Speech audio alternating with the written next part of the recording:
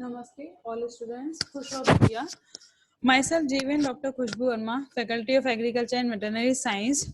Today, we will discuss about second kind of a transportation system, which is active transport. This session is related to cell biology course of program BTech FBT, BTech MTech FBT, and BSc FND third trimester.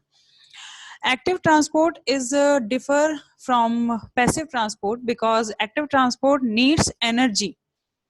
Without energy, it cannot transport any molecules against their concentration gradient. This is the basic difference in between passive and active transport. First difference is, in passive transport there is no use of energy, but in active transport there is a use of energy. Second difference is, in passive transport, molecules will transport from their higher concentration to lower concentration, means they will transport according to their concentration gradient.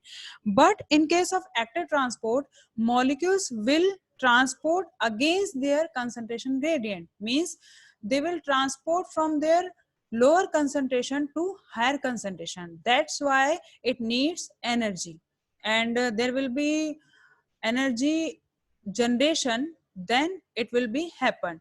Active transport has two types. First is primary active transport, second is secondary active transport. So these are the key points of active transport, like facilitated diffusion, as we know that is a part of passive transport, is still passive because there is no kind of a use of energy. But some transport proteins, however, can move solutes against their concentration gradient, and active transport moves substance against their concentration gradient. Active transport requires ATP. There are two types. First is primary, it means direct active transport. Second is secondary active transport, means indirect active transport.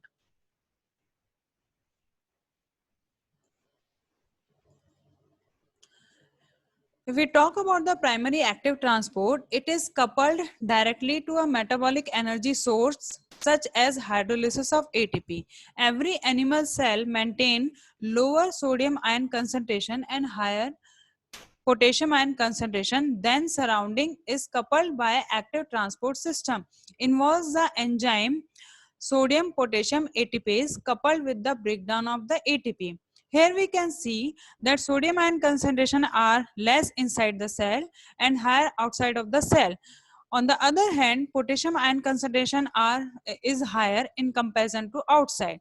But again, sodium ion concentration will move outside of the cell, and potassium ion molecules will move inside the cell against their concentration gradient. Because it is against the concentration gradient, that's why this kind of a transportation need the energy and hydrolysis of the ATP. So hydrolysis of the ATP will done, and energy will generated, and then three molecules of sodium ion will move outside of the cell and two molecules of potassium ion will move inside the cell. This is the primary active transport, which requires direct energy. This is the flow diagram by step. Here we can see, this is the carrier protein. It will attach three molecules of sodium ions. Then ATP hydrolysis will occur and ATP molecule will generated, and this ATP hydrolysis will trigger the conformation changes in the carrier proteins, and it will open from the outside area, and three sodium ions will release outside of the cell.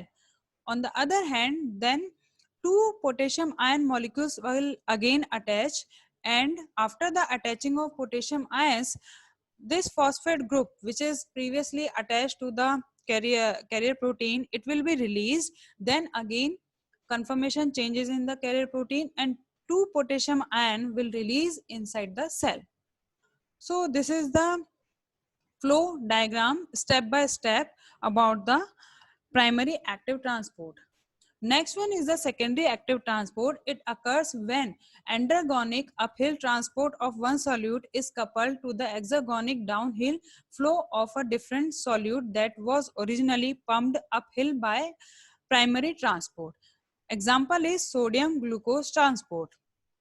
Here, second one, transportation will not use direct energy. It will be dependent on the primary active transport. Here we can see that three sodium ion molecules moves outside of the cell with the help of ATP hydrolysis process by the energy use. These three molecules, from these three sodium ion molecules, two sodium ion molecules will couple with the glucose molecule and then will move inside the cell with the help of glucose sodium co-transporter. And that's why this kind of a transport directly don't use directly ATP hydrolysis or energy generation. It depends on the primary active transportation. Here you can see the differentiation. This is the passive transport mechanism and this is the active transport mechanism. If we talk about that how ion pumps maintain membrane potential, so membrane potential is a voltage difference across a membrane. Voltage is created by differences in the distribution of positive and negative ions across the membrane. Two combined forces collectively called the electrochemical gradient drive the diffusion of ions across a membrane. A chemical force, the ions concentration gradient. Second is an electrical force, the effect of the membrane potential on the ions movement. An electrogenic pump is a transport protein that generates voltage across a membrane. The sodium potassium pump is the major electrogenic pump of animal cells. The main electrogenic pump of plants, fungi and bacteria is a proton pump. Electrogenic pump help store energy that can be used for cellular work. So this is the sum up of this session, and this session is powered by Digital Version 2.0, Jyoti Vidyapeeth Women's University. Hope you are satisfied with my digital session. If you have any query, please mention in the comment box. I will resolve it. Thank you.